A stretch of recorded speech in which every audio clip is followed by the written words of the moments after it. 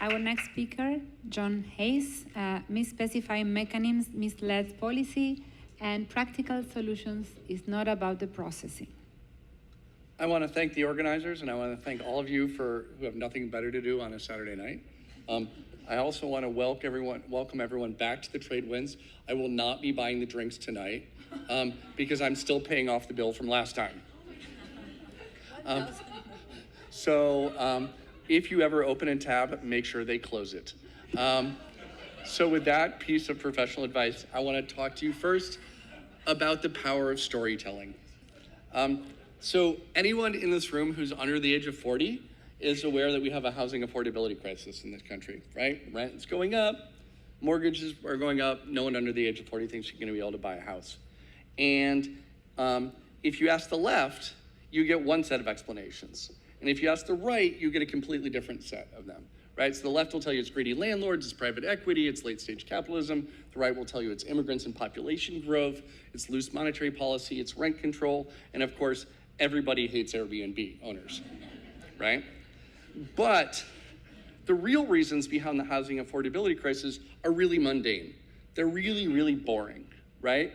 They're boring, they lack a good villain, and they don't confirm your priors. So whenever you hear someone put forward a putative mechanism, you should ask yourself, what is the power of that narrative doing? Is it confirming people's priors and their expectations, or is it a rational look at the data? And as scientists, we all need to have more humility, me included, in terms of how we look at our data. And so I'm gonna spend the next 28 minutes walking you through why we have the obesity problem we have, right? These are the really boring reasons why you can't buy a house.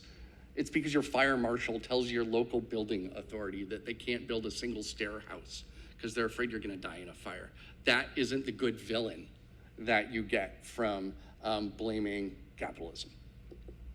Okay, so we clearly live in an obesogenic food environment. And obesity is pretty clearly caused by excess energy intake. And it turns out there's decades of research finding why do we overconsume energy in the current modern food environment. Here's a great recent review from Barbara Roll's group and two of her former trainees who have now gone on to academic positions of their own. And frankly, the number one driver of excess energy intake is portion size, the portion size effect. How much food goes on your plate, which plays into planned consumption amounts. Also, energy density is hugely important. And what's really critical here is, I think when Barbara defined this term, she defined it backwards. She defined it in terms of kcals per gram. A 0.1 difference in energy density is actually huge.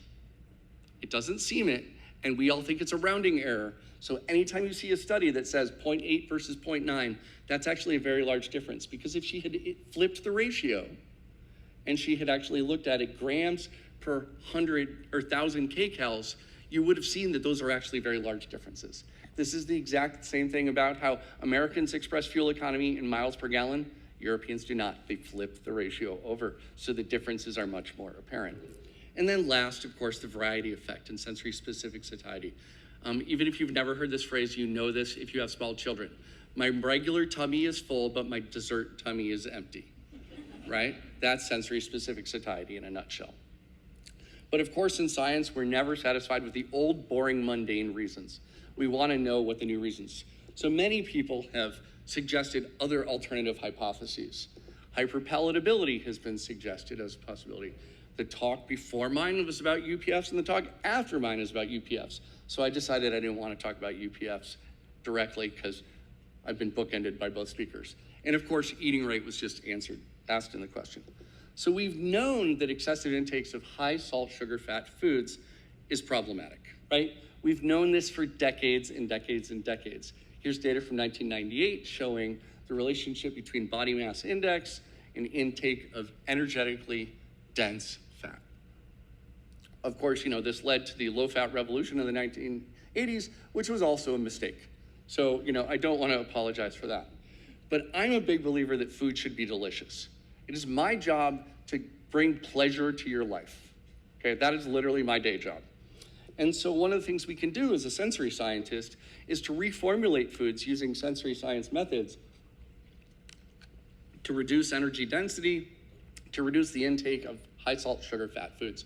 This was a project we did with some epidemiologists, some nutritionists, and some research chefs at McCormick, where first the epidemiologists went and looked at what Americans ate in hens and figured out what dishes we actually thought would have a public health impact and would be modifiable.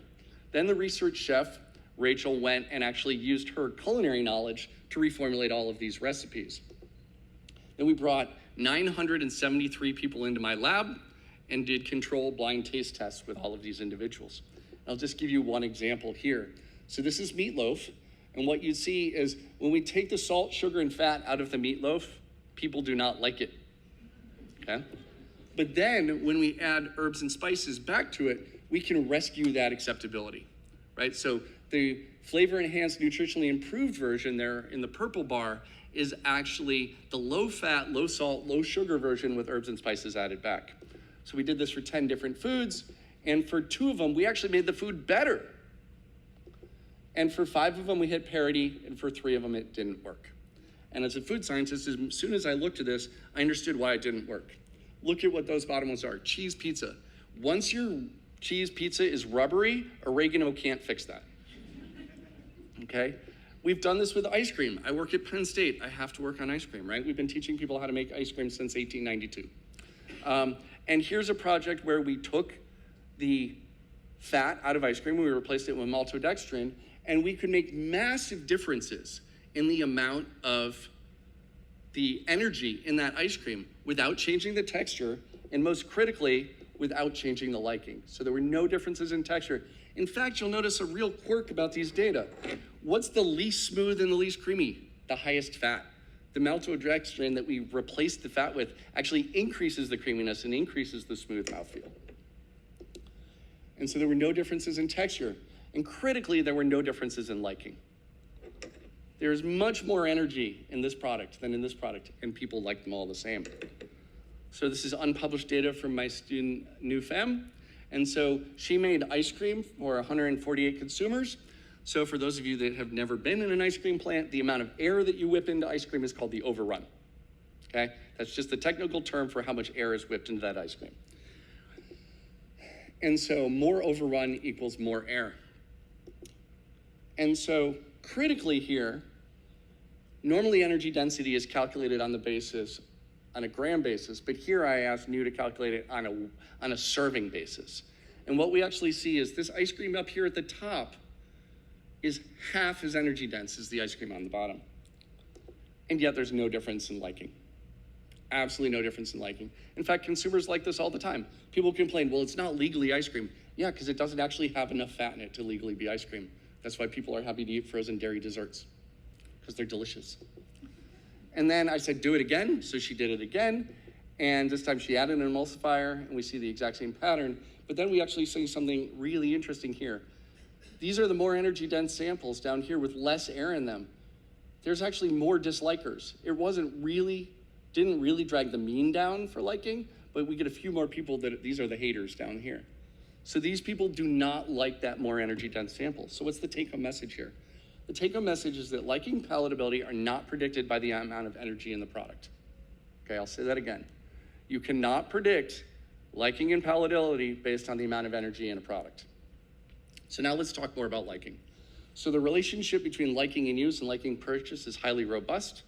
About 15 years ago, 16, 17 years ago, right before I started my own faculty position, I was having dinner with Howard Schutz, and he said to me, what are you working on? And I said, Val Duffy and I are working on the idea that if we just ask people what they like, we can predict health outcome better than taking a food record because it has less cognitive biases. And Howard said to me, oh, I did that in 1957. And he didn't do exactly that, but he really did in 1957 show the liking between, the correlation between liking and intake is about 0.6. This has been replicated across continent, across culture, across decade. So this is a really, really robust effect. So everyone assumes if you like it more, you'll eat it more. However, there is a critical nuance that we all overlook in these data, which is that this data is heteroscedastic. As liking increases, so does the variance. Val and I showed this when I was her student. It's in my book chapter for 2020 in the Miles Handbook. Kathleen Keller and I have shown it with kids, Erminia Montileone has shown it in Italy with kids. This is a very robust effect. But you're all wondering, what does heteroscedastic mean? So if you go to statsmakemecry.com, the definition of heteroscedasticity is a hard word to pronounce, but it's not hard to understand. It's the circumstance in which the variable of a variable is variable across the variable. What? You get a trumpet shave, okay? A little bit of variance, a lot of variance. And critically, this is exactly what we see with food, right? So these are data, and you're welcome to take out your cameras if you want to follow the QR code to get the URL to this book chapter right now. But the correlation between liking foods high in fiber, liking foods high in fat, and chili-containing foods, you know, it varies, but it's in that same 3 to 6, 0.3 to 0.6 range that we see for all the other foods. However, if you take these exact same data and you replot them slightly differently, this is what they look like. What does that look like? That looks heteroscedastic to me. And critically, when liking is low, people will not eat a food. When liking is high, people may or may not eat it. Okay? And so Kees de Graaf, when he did his sabbatical at the Army in about 2005 with Herb Messelman and Armin Cardello and those guys, he published these data in his paper, and I replotted it because I hated the way he did it. And he liked my version so much, now Kees uses my version. But what I'm showing you here is the relationship between, on a 9-point hedonic scale, how much of a military ration Army soldiers ate in the field. And once it's above neutral, you eat the whole thing. The curve flattens out. But most critically here, what I find really fascinating is, because these are fixed military rations, MREs, they knew what that menu option was. And so the next time it was offered, they were able to link whether or not you picked it the next time your sergeant came around with a box full of MREs. And do you want it? And what you find is foods that were rated as a 9 on a 9-point hedonic scale were still only taken about 50% of the time. So just because we like a food doesn't mean we'll eat the food. We see this in data from Kai Ma's dissertation. This was actually a bit of a side quest for a different project, but in 350 Americans, a nationally representative sample, aged 20 to 79, you see that there are many foods that we eat multiple times a day, and we like those a lot. But we also have many foods down here that we like very much and we never eat. You'll also see that foods that are not liked are just absent from the plot. We don't eat what we don't like. So that's the next take home I would like to have for you is people do not eat what they like. That is a misunderstanding of that positive correlation between liking and intake. Rather, people do not eat what they don't like, and that doesn't mean the same thing. That nuance is critically important. So last week, I took a picture of Mount Nittany from my office. So this is Mount Nittany, home of the Nittany Lions. They've been hunted to extinction, but we still have them as our football mascot. And so if you want to go hiking on Mount Nittany, you want to take Ollie up the hill for you, we can have a nice little topographic map. This topographic map looks just like a response surface model. And so if I plot fat, sugar mixtures, and I ask people how sweet they are, I end up with exactly this topographic map where if I'm crossing lines, I'm walking up the hill. And then for creaminess, if I'm crossing lines, I'm walking up the hill. And so you can see here on the y-axis, as I increase the fat amount, the amount of creaminess increases. This makes perfect sense. But you can also transit across these lines, and you can have huge changes in sucrose level with no change in creaminess. But what happens when we look at liking? When we look at liking, we get this classic bullseye plot that we've all seen a million times. However, I want to stress to you the size of this region, right? Yes, we will get some sort of interaction, but I also want to tell you that the bliss point, with apologies to Howard Moskowitz, is a myth, okay? So in 1974, Howard published this famous paper where he showed the classic inverted U. I saw the exact same thing in my dissertation data, but the longer I looked at these data, the more I realized there's a flaw to these data. And that's the fact that yes, calculus, the first derivative, will give you an optimal point on that. But practically, we asked ourselves, what's the practical interval around that single point evidence? In other words, it's not really an inverted U or an inverted V, it's a shallow inverted J. And we see that in data set after data set after data set. Just like I can walk up that hill, and once I get up to the top of the hill, there's a big flat spot where I can set my picnic basket up anywhere. There's a huge tolerant region where I can move around and not change liking or sensation. We see this in just about right data, where we see the penalty for being too sweet is is bigger than the penalty for being not sweet enough, which probably is why most food products are oversweetened, because if you're going to err in one direction, you're going to err to make it too sweet. But still, there's that giant flat region. So what this really tells us is that the inverted U is really a shallow J, where we have a lot of room to play. The other thing that I'd like to remind you is Rosemary Pangborn back in 1978 looked at liker-disliker functions for sucrose. And what she found was we have the classic shapes that we all know now, where we have the monotonic dislikers, we have the inverted U folks, and then we have the monotonic likers, and then we have the indifferent folks that you can change the sucrose and they don't care at all. They're just absolutely indifferent. And when you average all of those, yes, you will get this shape, but individual differences are real. And I've spent most of my career studying individual differences. In fact, we see massive individual differences in sweetness. Here, Vasiliki Ayatridi did this work in both the UK and US samples and finds large differences in what kind of sweet liker somebody is. Alyssa Baki and Catherine Sheehan showed the same sort of thing for fat. There are people out there that actually like skim milk. The idea that the dairy industry that believes everyone secretly wants to eat whole milk, drink whole milk, and are only compromising for taste, that's not actually true. Some people really don't like that fat in milk. So there are huge individual differences. We see huge individual differences in sourness. Data from Sarah Spinelli and data from my lab looking in Italians and Americans show this. Ashley Grumman, who presented data here at ACHEMS last year. These are different gummies that she made. And what you can see is we did a crowdsourced sample outside a Penn State football game, and we got ages 10 to 80 from 170 people, and we made sour gummies. We gave people sour gummies, and we said, how much do you like it? Some people really like sour gummies. Some people really hate sour gummies. But why is this relevant to nutrition? It's relevant to nutrition because altering sourness does not change the macronutrient profile.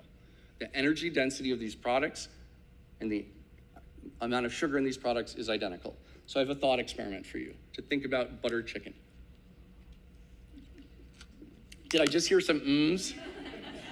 Right? Eating in the absence of hunger. You guys have all literally just come from dinner and you're all satiated, and yet I throw a delicious picture up there and you're like, However, what I want to tell you about this is adding cilantro meaningful alters the palatability. Some of you are cilantro lovers, some of you are cilantro haters. I won't eat this dish without fistfuls of cilantro on it, okay? I need a lot of cilantro on this, which tells us that palatability is a function of the person, not of the food. You cannot define palatability from a macronutrient profile. So hyperpalatability is a fatally flawed concept, okay? It was a well-intended concept, but it is a fatally flawed concept. It was an attempt to do epidemiologic scale data where you can't do taste tests because doing taste tests with thousands of people is really, really, really hard and really, really expensive. It was an attempt to infer what the liking was gonna be on the basis of the macronutrient concentrations. But it's flawed because it ignores what food actually tastes like. It ignores that flavor is modified by things that have nothing to do with macronutrient concentration. And it's flawed because it ignores the massive individual differences across people. So any paper that claims that food has been formulated to be hyperpalatable ignores the fact that we're not all the same. And I want you to remember that. So, coming back to our problem here. Intake of high salt, sugar, fat foods is clearly a problem. The mean time to eat a Dorito is 13 seconds. There's the reference. Which also means people can cram down 200 kcals in 3 minutes.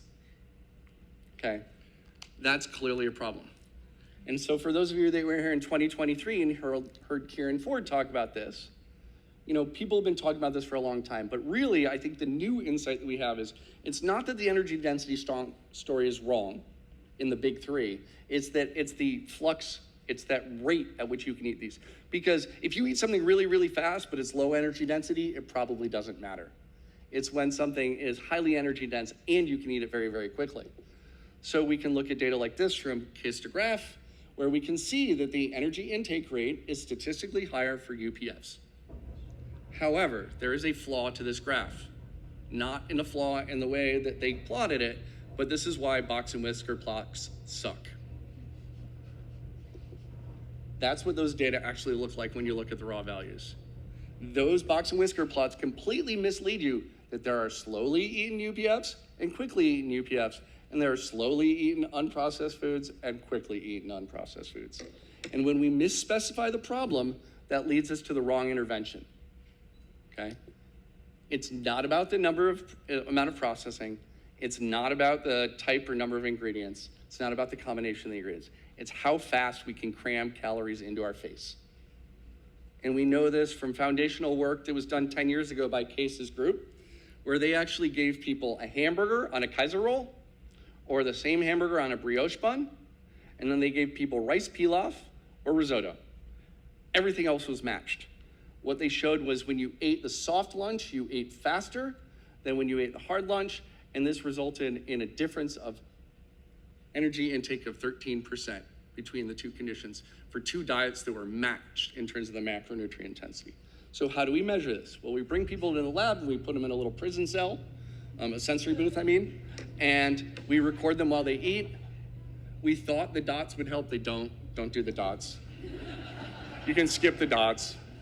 And so poor graduate students sit and watch all of these videos, and they watch these videos and they behaviorally code all of these to get sip speed, bite speed, et cetera, et cetera, et cetera. And so when Maddie Harper did this, we gave people massive oversized portions, right? Portion size effect. We gave people massive oversized portions of macronutrient matched commercial products, pretzels from the brand leader in North America. And what we found was that people eat 44% more when you give people the big pretzel versus the little pretzel. The macronutrient composition is identical. And it was a difference in eating speed. So just a few minutes in eating speed can have a huge impact on how much people eat. You get a 1 minute difference between these two things and you will get a difference in intake. And then we did mediational analysis and we showed massive effect of unit size on pretzel intake. However, if you control for eating rate, that effect completely goes away. It's completely mediated by the eating rate. So the effect of pretzel size on intake disappears, so it's really being driven by eating rate. We've done this with peanut butter and jelly sandwiches. And guess what? The faster you eat, the more PB&J you eat. The faster you eat, and the bigger bites you take. This is the second time you're gonna see this figure tonight. Keep track. And so I won't even belabor this point because you've all seen this design before. But critically, in this original figure, figure 2, I think it's figure 2F, shows a massive difference in eating rate between the UPF diet. Eating rate was not controlled in this original study. So any interpretation on this that doesn't consider eating rate, in my view, is very problematic. In fact, there's been a follow-up study that just came out last summer that was all over ASN and the national news. So what Kieran's group did was they actually gave people a very, very similar design, but now they gave people 2 UPF diets, but one was a fast UPF diet and the other was a slow UPF diet. The other thing that they did was they controlled for the big 3. They controlled for energy density down to the exact unit. They controlled for portion size served. They controlled for variety. They also controlled for palatability and familiarity. This is a Herculean amount of work. It took them over 2 years, and I'm not kidding, I think it took 14 master's students to match all these diets. So that's why no one ever wants to do these studies correctly, okay? And lo and behold, what do they find? But both of these are UPF diets, and we see that eating rate differs, that, hey, look, the manipulation worked. The slow diet, you eat slowly. Yay. Does anyone want to guess what happened to intake? A difference of 370 kcals per day sustainably when you have a UPF diet that's a slow eating diet. So this tells us that texture-driven reductions in eating rate have a consistent and sustained effect on energy intake over a UPF diet. Again, big individual differences here, but in general, most people are going in that direction, showing a pretty consistent effect of orosensory cues in regulating meal size. And again, both of these are UPF diets, and you're getting a difference of 370 calories a day. So of course, I'm a chili guy. I had to do a chili study. And so Paige went and fed people 650 grams of chili. Okay? That's a couple pounds of chili. It was disgusting. And what we found was when we make the chili spicier, people eat slower and people eat less energy. But what about eating rate? We saw a difference in eating rate. And you thought, well, maybe the chili was just really spicy, John, so they just drank more water.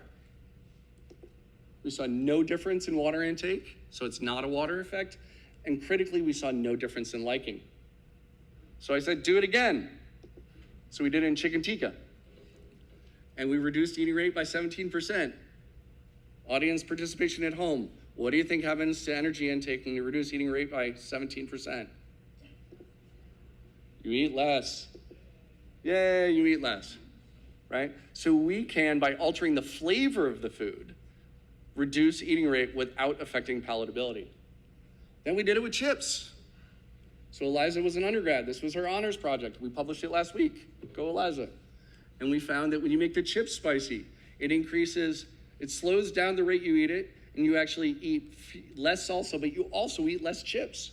So this starts to tell us something about the lubrication effects of that wet salsa. And we saw a 28% reduction in energy. So at your Super Bowl party, serve spicy salsa.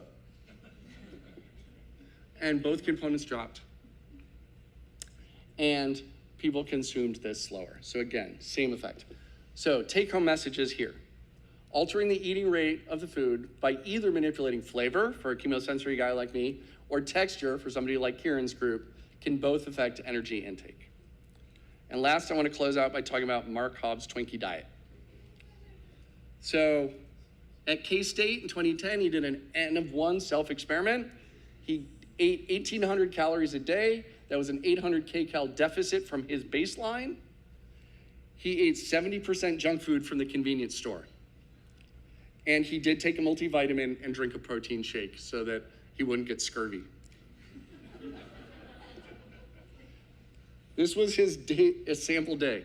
Espresso, a double espresso, Twinkies for breakfast, a Centrum, Little Debbie Star Crunch, Twinkies for lunch, Diet Mountain Dew, Cool Ranch Doritos, Corn Pops, whole milk, baby carrots, family style chewy brownie fudge, Little Debbie's zebra cake, and a muscle milk protein shake. That was 1,600 calories and 60 grams of fat.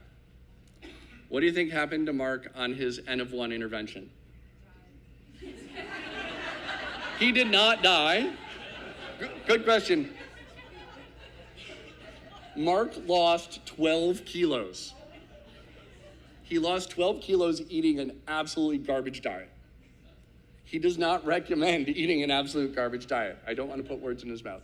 His lipid profiles got better. His BMI went from the overweight range down to the normal range. So, what's the take-home message from this section of the talk? It's the amount of energy consumed, not the degree of processing that matters. And that amount of energy consumed is driven by the eating rate. So I want to close out by talking about something near and dear to my heart as a chemosensory scientist: flavor enhancement, odor enhancement of taste. This is a project where we made 22 different chocolate milk samples in a fractional factorial design. We modeled the synergy of them, and critically, we were able to make a chocolate milk that had literally half as much sugar in it by increasing the vanillin, okay? We increased the vanillin, and we were able to cut the sugar in half. Now, critically, vanillin is an artificial flavor. So when you vilify an artificial flavor, this takes useful tools out of our toolbox to reduce energy density and make healthier lunch for the school lunch program. And more bluntly, I want you to do a little self-reflection. If you think it's okay for a chef to add herbs and spices, but not for a food company to add an artificial flavor to achieve the same goal, that's a moralistic stance, that's not a scientific one. So I like superhero movies like the rest of us, okay? I like stories of good and evil, right? You got the good guys, you got the bad guys. You know, sometimes they're just bureaucrats, other times they're big bad evil figures, but we have a special place in our cultural narrative for these guys, the industrialists. They're extra evil, right? But science, critically, is a process of discovery, not a dualistic battle between light and dark. So with that, I will stop because it is flashing at me. And I want to call for all of us to have a bit more humility in the power of narrative. And just because we frame something one way doesn't mean that that's the true interpretation. And I'll leave you with this Carl Sagan quote about that.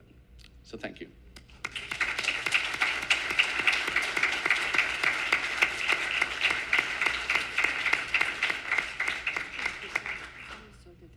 one short question, because we have no more time, but less than one. One short question. Why is this an either or? Parsimony. That's the short answer. We'll talk later. No, it's parsimony. No, humans don't do it that way, right? You said that there was this human variability, right? And the reality is that a small sample size is intended to project to a larger population, and so I don't think because the studies were small explains why they don't project. It's just that there's a lot of variability. So where I get frustrated is that when we infer a mechanism due to causality, I think we throw the baby out with the bathwater, right? Because when you vilify processing, then all of a sudden low-income folks don't buy frozen vegetables because they think all processed food is bad, when frozen vegetables are incredibly healthy and affordable. And I think when you vilify processing, you end up misleading people in a public health context. We'll stop here and we invite, thank you so much, John.